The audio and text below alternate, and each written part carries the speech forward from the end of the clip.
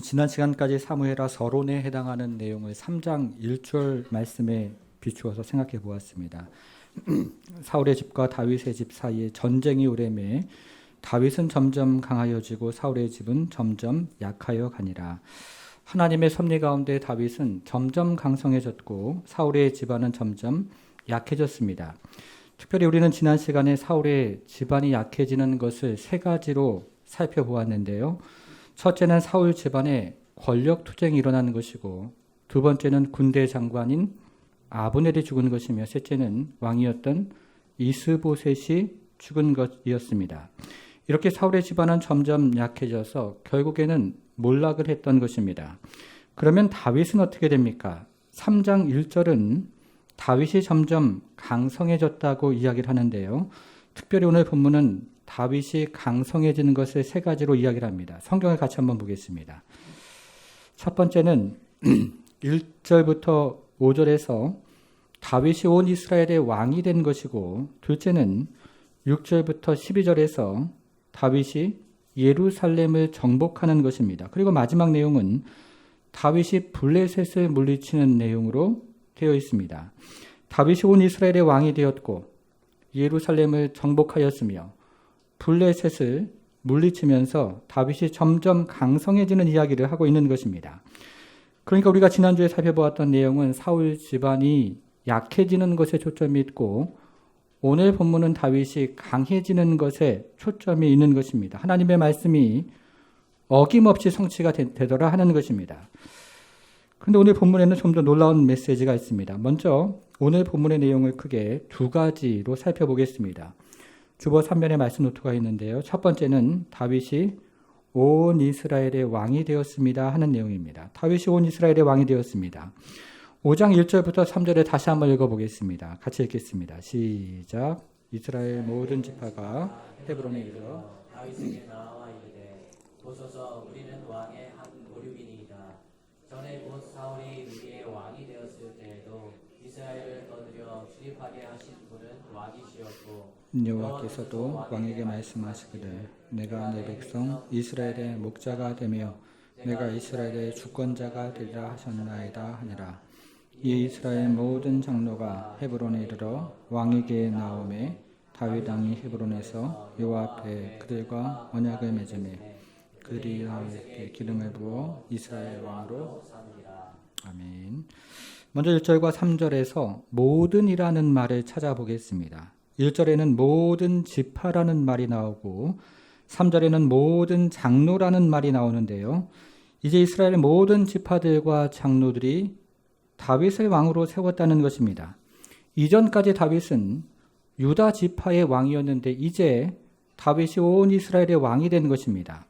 여기에는 몇 가지 명분이 있습니다. 첫째는 1절 하반절에서 우리는 왕의 한 골육이니이다 인데요. 이것은 혈연적인 명분을 이야기하는 것입니다. 둘째는 2절에서 사울이 우리의 왕이 되었을 때에도 이스라엘을 거스려 출입하게 하신 분이 왕이시었고 라고 이야기하는데, 이것은 군사적인 명분에 대해서 이야기하는 것입니다. 셋째는 2절 하반절에서 여호와께서도 왕에게 말씀하시기를 내가 내 백성 이스라엘의 뭡니까? 목자가 되며 내가 이스라엘의 뭡니까? 주권자가 되리라 하셨나이다 라고 이야기하는데, 이것은 신학적인 명분에 대해서 이야기하는 것입니다. 이렇게 모든 이스라엘의 지파들과 장로들이 혈연적인 명분과 군사적인 명분과 신학적인 명분을 가지고 다윗을 온 이스라엘의 왕으로 세웠던 것입니다. 이제 다윗은 30살의 헤브론에서 유다의 왕이 되어서 7년 6개월을 다스리고 37살에 온 이스라엘의 왕이 되어서 33년을 통치를 하게 됩니다. 이렇게 다윗이 온 이스라엘의 왕이 된 것입니다. 이제 두 번째 내용은요. 둘째, 다윗이 예루살렘을 정복했습니다. 다윗이 예루살렘을 정복했습니다. 다윗이 왕이 되어서 제일 먼저 했던 일 가운데 하나는 예루살렘을 정복하는 것이었습니다. 6절을 한번 보겠습니다. 6절을 보면요. 여부스 사람이라는 말이 등장을 하는데, 여부스 사람들은 예루살렘에 거주했던 가나안의 원주민이었습니다. 여러분 중에 예루살렘을 방문하신 분들이 계시리라 생각이 되는데요. 예루살렘 성읍은 해발 800m가 넘는 천연의 요새인데요. 예루살렘 성읍을 중심으로 동쪽에는 기드론 골짜기가 있고 서쪽에는 흰놈의 골짜기가 있습니다. 남쪽에는 티로포에온 골짜기가 있어서 북쪽을 제외하고는 예루살렘을 진입하는 모든 길이 차단이 되어 있습니다. 실제로 이스라엘 역사를 읽어보면 이스라엘이 가나안을 정복하는 과정에서 제일 마지막까지 남아 있었던 성읍이 바로 예루살렘이었던 것입니다. 믿음의 영웅이었던 여호수아도 예루살렘을 정복하지 못했고 사무엘도 예루살렘을 정복하지 못했으며 사울 왕도 예루살렘을 정복하지 못했던 것입니다. 그러나 이제 다윗이 예루살렘을 정복하는데 6절과 7절을 다시 한번 읽어보겠습니다. 6절과 7절 같이 읽겠습니다. 시작. 왕과 내 부하들이 예루살렘으로 가서 그 땅 주민 여부수 사람을 치료하되 그 사람들이 다윗에게 이르되 내가 결코 이리로 들어오지 못하리라. 맹인과 다리 저는 자라도 너를 물리치리라 하니 그들 생각에는 다윗이 이리로 들어오지 못하리라 하니라. 다윗의 시온 산성을 빼앗으니 이는 다윗성이었더라. 다윗이 매우 전략적인 방법으로 예루살렘을 정복하는데요. 먼저 7절에서 시온 산성이라는 말을 찾아보겠습니다. 다윗 당시 예루살렘에는 여부수 주민들이 거주하는 비교적 커다란 성읍이 있었고 그 성읍의 남동쪽에는 군인들이 거주하는 작은 산성이 있었습니다. 그런데 이 산성이 시온산을 중심으로 성벽을 쌓고 망대를 쌓았기 때문에 이 산성을 시온산성이라고 불렀던 것입니다. 이렇게 당시에는 주민들이 거주하는 성읍과 군인들이 거주하는 시온산성이 구별이 되었는데요. 이것이 시간이 지나면서 시온성과 예루살렘의 구분이 없어졌습니다. 그래서 성경에는 시온성과 예루살렘을 구별하지 않고 같은 의미로 사용을 하는 것입니다. 그러나 다윗 당시에는 주민들이 거주하는 성읍과 그리고 군인들이 거주하는 시온산성이 구별이 되었는데요. 여기서 문제가 되었던 것은 군인들이 거주하는 시온산성을 정복하는 것이었습니다. 여러분, 그러면 다윗이 이 시온산성을 어떻게 정복하는가 하는 것입니다. 8절을 보겠습니다. 8절에서 물 깃는 대로 올라가서라는 말을 찾아보겠습니다. 찾았습니까?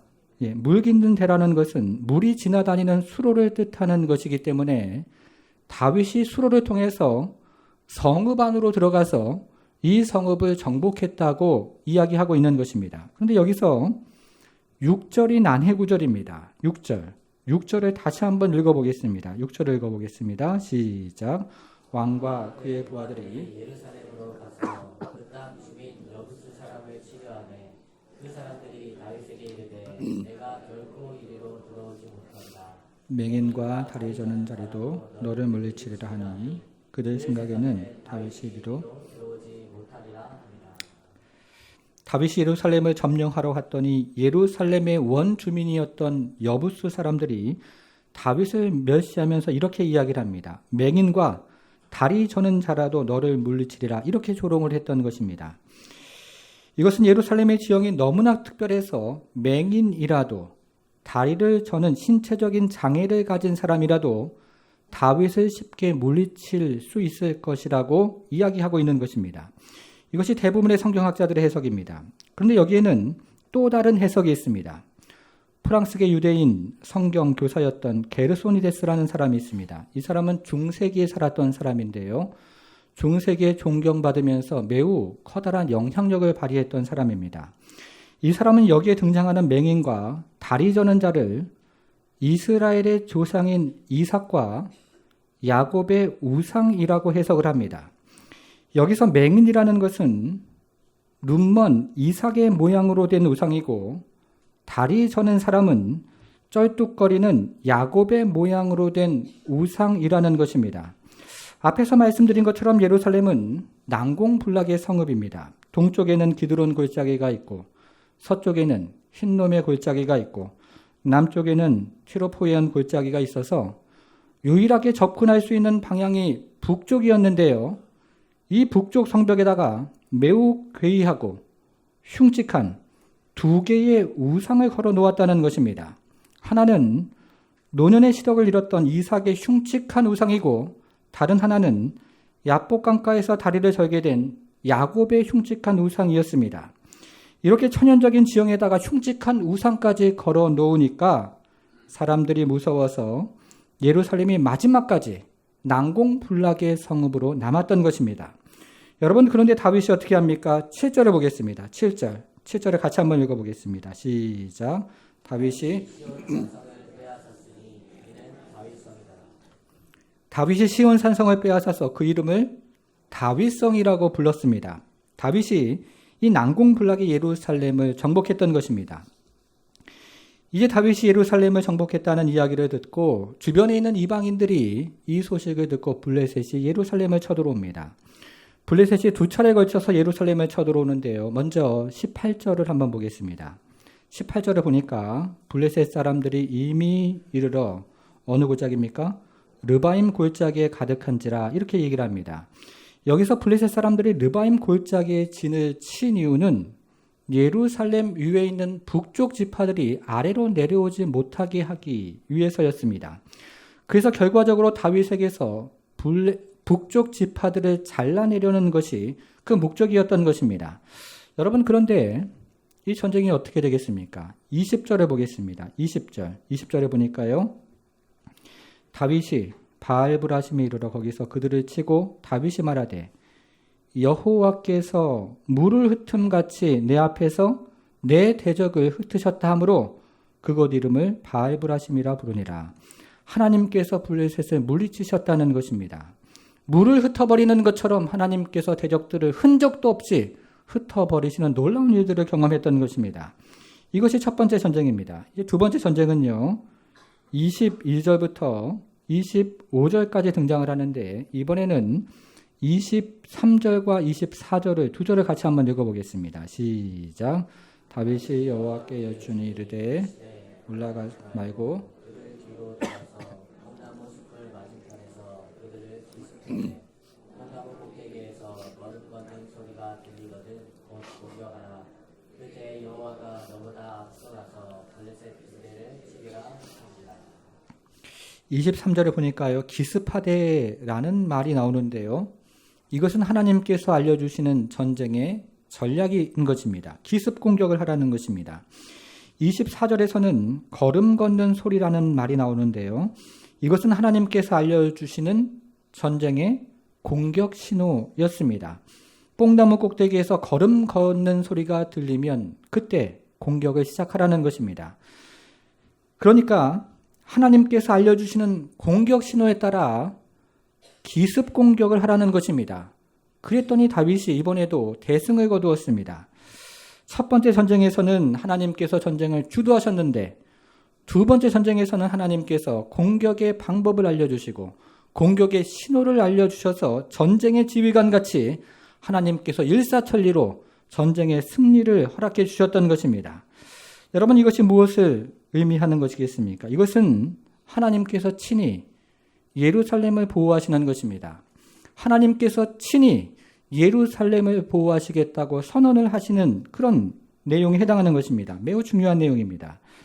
이것이 오늘 본문의 내용인데요. 이제 적용을 한번 해보도록 하겠습니다. 오늘 적용은 예루살렘의 왕 예수 그리스도입니다. 여러분, 오늘 본문은 성경에서 매우 중요한 본문입니다. 제가 설교를 할 때마다 오늘 본문이 늘 중요하다고 말씀을 드려서 양측의 소년이 되는 게 아닌가 싶기도 한데요. 그래도 오늘 본문이 매우 중요합니다. 지금부터 잘 들으셔야 합니다. 오늘 본문은 크게 두 개의 내용으로 되어 있는데 1절부터 5절은 다윗이 온 이스라엘의 왕이 되는 내용이고 6절부터 12절은 다윗이 예루살렘을 정복하는 내용입니다. 이것을 정리하면 두 단어로 요약을 할 수 있는데 하나는 3절에 등장하는 왕이라는 말이고 한번 찾아보겠습니다. 3절에서 왕이라는 말을 찾아보고요. 다른 하나는 6절에 등장하는 예루살렘이라는 말입니다. 이 두 단어가 중요하다는 것입니다. 그래서 오늘 설교의 제목이 예루살렘의 왕 다윗이고 오늘 본문의 적용이 예루살렘의 왕 예수 그리스도가 되는 것입니다. 실제로 이 두 개의 단어는 이때부터 성경에서 두 개의 커다란 기둥과 같은 역할을 하는데요. 하나님의 우주적인 통치가 첫째, 다윗 왕조를 통해서 이루어지는 것이고, 둘째, 예루살렘을 통해서 이루어지는 것입니다. 이것은 하나님의 구원 계획도 마찬가지입니다. 하나님의 구원 계획도 첫째, 다윗 왕조를 통해서 이루어지는 것이고, 둘째, 예루살렘을 통해서 이루어지는 것입니다. 이것이 신약과 구약을 연결하는 매우 중요한 두 개의 기둥인데, 그 시작이 바로 오늘 본문인 것입니다. 먼저 다윗이 예루살렘을 정복하는 내용부터 저희가 생각을 해보겠습니다.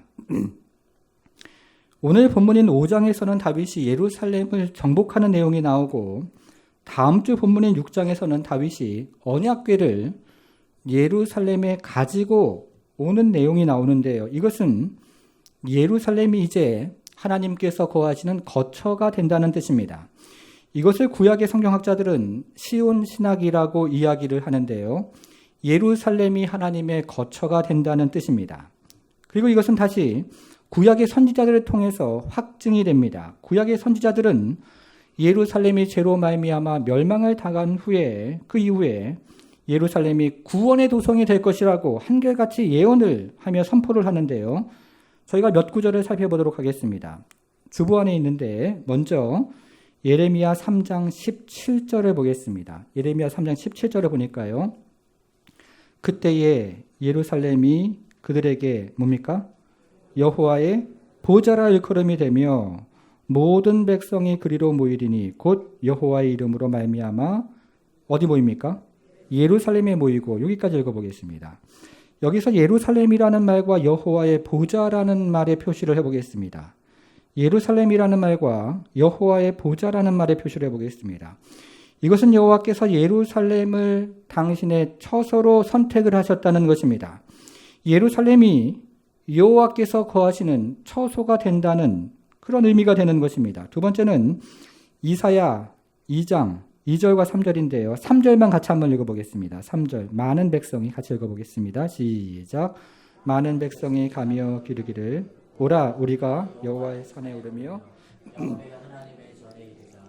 그가 그의 길을 우리에게 가르치실 것이라. 우리가 그 길로 행하리라. 이는 율법이 시온에서부터 나올 것이며 여호와의 말씀이 예루살렘부터. 그럼 마지막에 뭐라고 얘기합니까? 여호와의 말씀이 예루살렘으로부터 나올 것입니다. 여기서도 예루살렘이라는 말과 여호와의 말씀이라는 말의 표시를 해보겠습니다. 이것은 여호와의 구원의 말씀이 예루살렘을 통해서 선포가 된다는 것입니다. 예루살렘이 구원의 통로가 된다는 것입니다. 셋째는 요엘서 3장 17절입니다. 그런즉 너희가 나는 내 성산의 시온에 사는 너희 하나님 여호와인 줄 알 것이라. 무엇이 거룩하리니? 예루살렘이 거룩하리니 다시는 이방 사람이 그 가운데로 통행하지 못하리로다. 여기서도 예루살렘이라는 말과 이방 사람이라는 말의 표시를 해보겠습니다. 이것은 이방 사람들이 더 이상 예루살렘을 정복하지 못한다는 그런 뜻입니다. 예루살렘이 정복하지 못하는 하나님의 도성이 될 것이라고 예언을 하는 것입니다. 마지막으로 시편 134편 3절입니다. 천지를 지으신 여호와께서 어디에서? 시온에서 내게 무엇을 주십니까? 복을 주실지어다. 여기서는 시온이라는 말과 복이라는 말의 표시를 해보겠습니다. 이것은 여호와께서 예루살렘에서 복을 주시겠다는 것입니다. 예루살렘이 복의 근원이 되는 것입니다. 무슨 말입니까? 하나님의 우주적인 통치가 이루어지는 장소가 바로 예루살렘이고 하나님의 구원의 계획이 이루어지는 장소가 바로 예루살렘이 된다고 선지자들이 한결같이 예언을 했던 것입니다. 그런데 그 시작이 바로 오늘 본문인 것입니다. 그래서 오늘 본문이 중요하다는 것입니다. 여러분, 그러면 이 예루살렘이 어떻게 됩니까? 예수님께서 공생의 마지막에 예루살렘에 입성하실 때였습니다. 이때 사람들이 이렇게 환호를 했습니다. 찬송하리로다. 주의 이름으로 오시는 왕이요 하늘에는 평화요 가장 높은 곳에는 영광이로다. 이것은 구약에서 언약궤로 상징되는 하나님께서 예루살렘에 입성하실 때 온 이스라엘 백성이 솟구치며 춤추며 찬송을 했던 것처럼 왕이신 예수님께서 예루살렘에 입성하시자 이제 예루살렘에 거하는 거민들이 찬송을 하고 있는 것입니다. 그런데 그 다음 구절에 보면 예수님이 예루살렘을 바라보면서 눈물을 흘리며 우시는 장면이 등장을 합니다. 예루살렘이 더 이상 합법적인 하나님의 언약의 장소가 되지 못함을 예수님께서 깨달으시고 눈물을 흘리시면서 우셨던 것입니다. 그런 다음에 예수님은 예루살렘의 심판에 대해서 말씀하셨고, 그리고 실제로 이 예수님의 예언은 역사 속에서 AD 70년경에 이루어졌습니다. 여러분, 그러니까 선지자들이 구약에서 예언했던 예루살렘은 오늘날 이스라엘에 있는 예루살렘이 아닌 것입니다. 그것을 신학적으로 잘못 이해를 해서 오늘날 예루살렘을 매우 특별한 장소라고 생각하시는 분들이 계시고, 오늘날 이스라엘을 매우 특별한 민족이라고 생각하시는 분들이 계십니다. 이것은 세대주의자들의 이해입니다. 우리가 세대주의자들을 이단이라고 이야기하지 않지만 한국교회가 받아들이는 신학은 아닙니다. 여러분, 백투더 예루살렘이라는 선교운동을 들어보셨습니까? 이것도 오늘날의 예루살렘을 매우 특별한 장소라고 생각하는 세대주의자들의 이해이고 선교학적으로 잘못된 이해입니다. 선지자들이 예언했던 예루살렘은 오늘날의 예루살렘이 아니라는 것입니다. 여러분, 그러면 선지자들이 예언했던 예루살렘은 무엇입니까? 선지자들이 예언했던 예루살렘은 요한계시록에 등장하는 마지막 날에 임하는 새하늘과 새 땅, 새 예루살렘을 뜻했던 것입니다. 실제로 요한계시록을 읽어보면 구약 선지자들이 예언했던 모든 예언이 새하늘과 새 땅, 새 예루살렘에서 성취가 되는 것을 보게 됩니다. 새 예루살렘이 하나님의 보좌가 되고 구원의 처소가 됩니다. 이방인들이 정복하지 못하는 하나님의 도성이 되고, 그리고 바로 그것이 복의 근원이 되는 것입니다. 그런데 이것을 미리 보여주는 것이 오늘 본문입니다. 오늘 본문에서 그 내용을 미리 보여주는 것입니다. 여러분, 다시 한번 사무엘하 5장 20절로 가보겠습니다. 5장 20절 다시 한번 읽어보겠습니다. 다시 읽겠습니다. 시작. 다윗이 바알 브라심에 들어 거기서 그들을 치고 다윗이 말하되 여호와께서 물을 흩음같이 내 앞에서 내 궤적을 흩으셨다 하고 그곳 이름을 바알 브라심이라 부르니라. 여러분, 여기서요, 여호와께서 물을 흩음같이 내 앞에서 내 무엇을 흩습니까? 대적을 흩으셨다라고 이야기합니다. 적들이 예루살렘에 쳐들어오니까 하나님께서 물을 흩은 같이 하나님께서 친히 대적들을 다 흩어버리시는 것입니다. 이것은 마지막 날에 이루어지는 예루살렘을 예표하는 것입니다. 이방인들이, 대적들이 예루살렘을 침공하지 못할 것에 대해서 말씀을 하고 계시는 것입니다. 24절에서도 그렇게 이야기하는데요. 여호와께서, 여기서 여호와께서 너보다 앞서 나아가서 블레셋 군대를 뭐합니까? 치리라 라고 이야기합니다. 적들이 예루살렘을 쳐들어오니까 하나님께서 친히 작전 신호와 작전 계획을 말씀하시면서 전쟁의 지휘관이 되셔서 예루살렘을 보호하시는 것입니다. 이것도 마지막 날이 이루어지는 예루살렘을 예표하는 것입니다. 성도 여러분, 마지막 날이 되면 여호와께서 새 예루살렘을 온전히 보호하신다는 것입니다. 그날이 되면 여호와께서 새 예루살렘에 거하는, 그리고 성도들을 온전히 보호하신다는 것입니다. 믿으십니까? 그러니까 오늘 본문에 나오는 예루살렘이 앞으로 다가올 새 예루살렘에 대해서 이야기를 하고 있는 것입니다. 이제 두 번째입니다. 두 번째는 다윗이 온 이스라엘의 왕이 되었다는 내용입니다. 우리가 사무엘서를 1년에 걸쳐서 지금 살펴보고 있는데요. 지금까지 내용을 한마디로 요약을 하면 이스라엘의 왕을 세우는 과정입니다.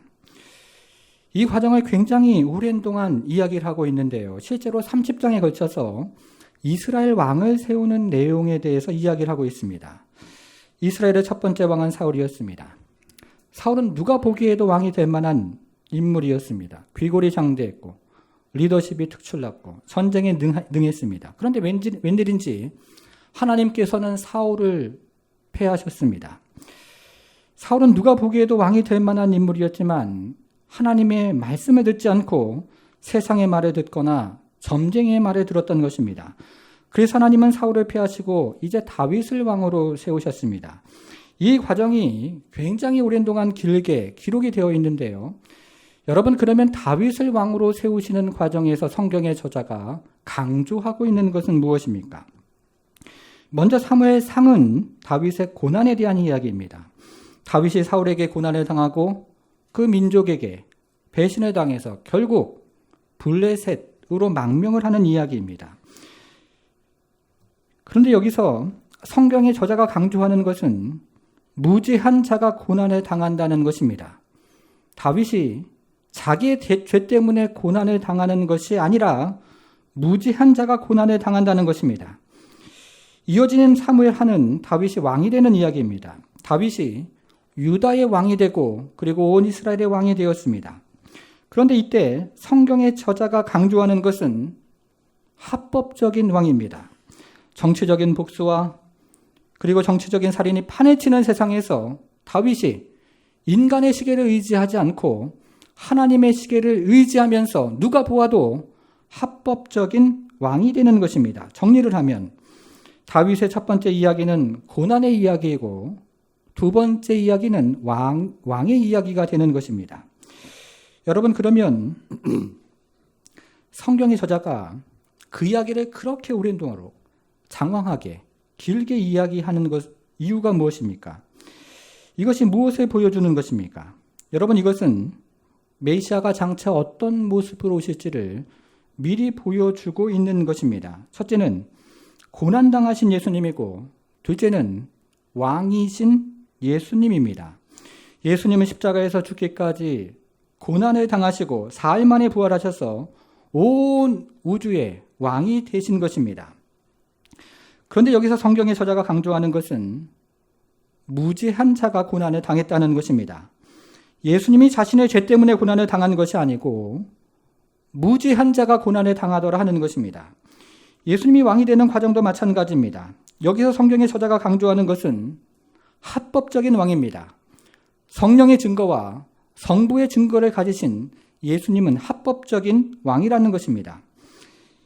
이렇게 다윗이 고난을 당한 것처럼 메시아가 고난을 당할 것이고 다윗이 온 이스라엘의 왕이 된 것처럼 메시아가 온 우주의 왕이 될 것을 미리 보여주는 것입니다. 그러니까 오늘 본문은 메시아가 앞으로 어떤 모습으로 오실지 저 멀리서 미리 생생하게 보여주고 있는 것입니다. 그래서 오늘 본문이 중요하다는 것입니다. 여러분, 그러면 오늘 본문에서 예수님을 예표하는 다윗은 어떤 모습입니까? 5장 2절을 다시 한번 보겠습니다. 5장 2절을 다시 한번 보겠습니다.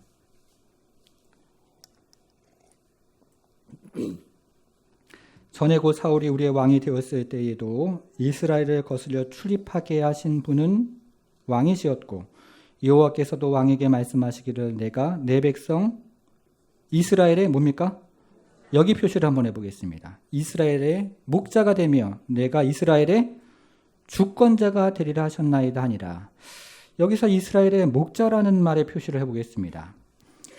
여러분, 오늘 본문에서 꼭 기억하셔야 하는 말이 바로 이 이스라엘의 목자라는 말입니다. 다윗은 원래 목자였습니다. 원래 양을 치는 목자였습니다. 그런데 이제 하나님께서 처음으로 다윗을 이스라엘의 목자라고 말씀해 주시면서 다윗을 이스라엘의 목자라고 세워주시는 것입니다. 여러분, 목자가 무엇입니까? 양을 위해서 목숨을 버리는 것이 목자입니다. 양을 위해서 생명을 버리는 것이 목자입니다. 양을 위해서라면 간이고 쓸개고 다 내어주는 것이 목자 아닙니까? 이제 다윗이 이스라엘 백성을 위해서 자신의 목숨을 버리는 목자가 되어야 하는 것입니다. 그런데 이것은 예수님이 어떤 모습으로 오실지를 저 멀리서 미리 보여주는 것입니다. 실제로 신약 성경의 저자들은 다윗의 자손 예수를 한결같이 어떻게 이야기를 하냐면 목자라고 이야기를 합니다. 요한복음 10장 11절 주보 안에 있는데요. 같이 한번 보겠습니다. 요한복음 10장 11절 같이 한번 읽어보겠습니다. 시작. 나는